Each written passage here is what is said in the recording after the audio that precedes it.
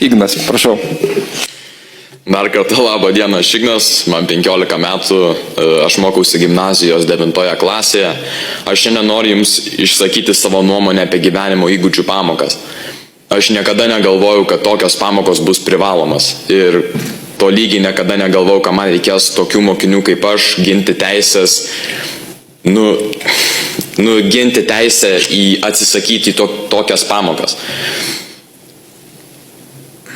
Niekada, kurie nesutinka mokytis, ne už tokių dalykų dėstymą mano tėvai mokesčiais išlaiko šitą valdžią. Aš girdėjau, kad lytiškumo programas dar tik bando integruoti į naują moksleivių kursą. Ir man pasisekė, kad aš esu vienas iš tų mokinių, kurių ausų nepasiekė šitą informaciją. Visgi Kaunas yra Kaunas, bet aš turiu jaunesnį brolį, kuris yra be to šeštokas ir jau mokino apie abortą, teigiamą pusę. Ir aš žinau, kad yra kitų mokinių, kuriems LGBT informacija jau yra brukama kitose miestuose. Matau per televiziją, kad tokie dalykai labai palaikomi. Ir vieną gražią dieną, žinau, aš pabusiu ir man tokios pamokos bus taip pat diegiamos. Manęs nereikia mokinti, kiek pas mane kojų, rankų ir kokie pas mane organai.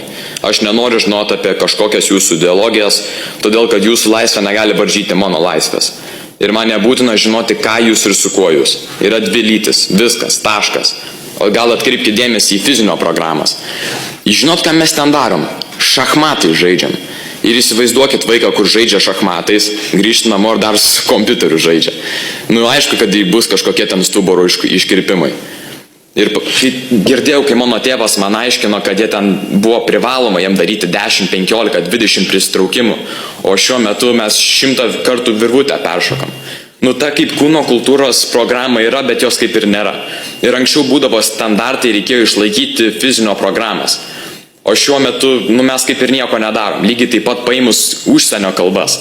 Mes mokomės rusų, anglų, prancūzų, vokiečių. Bet mes kaip ir tų kalbų, aš galiu laisvai kalbėti angliškai, bet aš negaliu kalbėti, pavyzdžiui, rusų kalbą, kur aš esu pasirinkęs. Ir jeigu mes nemokam tos kalbos ir tos programos yra normaliai nesudėliotos, tai arba jas sutvarkykit, arba jas iš viso išimkit ir leiskit mums mokytis, ką mums reikėtų. Matematika, fizika ar chemija. Ir tie mokytojai atsiduoda visą save. Ir jie tikrai nėra čia kaltėjai. Bet jie turi atsiduoti save į tą naują 9 kursą, kuria be to mes 2 mėnesius neturėjom vadovėlių ir turėjom mokytis iš mokytojų, kur sudarė medžiagas iki 2 nakties, kur darė. Ar tai normalu? Pasižiūrinti tą, kad mokytojas kiekvienas turėtų medalį gauti, už kokį ją atlygį gauna. Ir sakykim, aš mokausi KTU licėjui, geriausia gimnazijoje Lietuvoje. Noriu būti inžinieriu. Kodėl aš turėčiau nukrypti nuo savo tikslo, mokytis kažkokią jūsų ideologiją? Aš noriu mokintis matematikos, fizikos, chemijos ir eiti link savo tikslo. Kodėl aš turėčiau mokintis jūsų LGBT ideologiją? Lygiai taip pat pasižiūrint, jeigu aš praeičiau prokinėti, prasisveikinčiau, nusišypsočiau ir praeičiau. Aš neprivalau mokintis jų kalbos, jų kultūros. Lygiai taip pat, kodėl aš turėčiau mokinti LGBT nario kažkokias kultūras, gerbti ir mylėti jį. O turim nekęsti rusų ir palestiniečio. Kodėl taip turi būti? Aš manau, kad visus turėtume mylėti ir gerbti. Ir kodėl jūs kišat mums tokią informaciją, kur mums tiesiog nereikia ir galėtume tėvų pasiklausti. Nesinaudokit mumis kaip politinėmis priemonėmis, o gerbkit ir mylėkit ir norėkit, kad mes mokytumės ir būtume jūsų ateitis. Nesinaudokit mumis. Dėkui Ignui iš tokį irgi emocingą pasisakymą. Jaunimas tikrai spinduliuoja energiją ir visą laiką yra gera girdėti jaunų žmonių balsą. Tai aš irgi papildydamas trumpai galiu pasakyti, kad tą, ką matau, kaip mokosi mano priešmokyklinukas mažesnis sūnus Margeris, kaip mokosi dabar į 5 klasę einantis progimnazijoje mano sūnus Mykolas, tai iš tikrųjų mokytojams reikia statyti paminklą dėl to, kad švietimo ministerija padarė su visa eilė ministrų priešakyje viską, kad sugriauti švietimą. Vadovėliai yra kepami tokie, kad vaikai tiesiog yra, pasimetę. Žvelgiam į istorijos vadovėlį ir aš matau, kad mano sūnų moko nuo akmens amžiaus iki 20 amžiaus Lietuvos istorijos. Vaikas jau nebesupranta, kuris laikotarpis, turi jam viską vos ne pats aiškinti.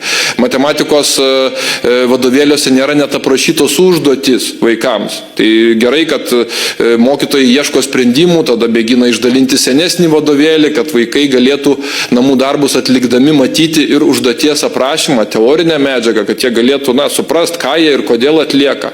Teko bendrauti su programavimą dėstančiais dėstytojais ir mokytojomis mokykloje, tai jie įvardino, kad iš vis normalių programavimui skirtų ir informatikai vadovėlių mokytojams nėra ir vyresniems klasėms mokiniams jie tiesiog turi kelias valandas kiekvienai pamokai ruoštis atskirai. Tai ar tai yra tokia švietimo sistema, kokios norim mes mūsų jauniems žmonėms, mūsų mokiniams, kai paverčiam tokius dalykus kaip gyvenimo įgūdžiai, be jokio, sakykime, vertybinio, emocinio turinio, kalbant apie šeimą ir kitus dalykus, paverčiam privalomais. O tie dalykai, kurie iš tiesų yra privalomi, yra apgailėtino lygio, o fizikos, chemijos mokytojų jau dabar realiai trūksta ir toliau trūks dar labiau ir tie mokytojų streikai yra tik ledkalnio viršūnė, nes jau jie nebegali kęsti stebėdami tokią situaciją. Ir jaunimas įvardino, kad sveika gyvensena, kad fizinis lavinimas yra svarbu ir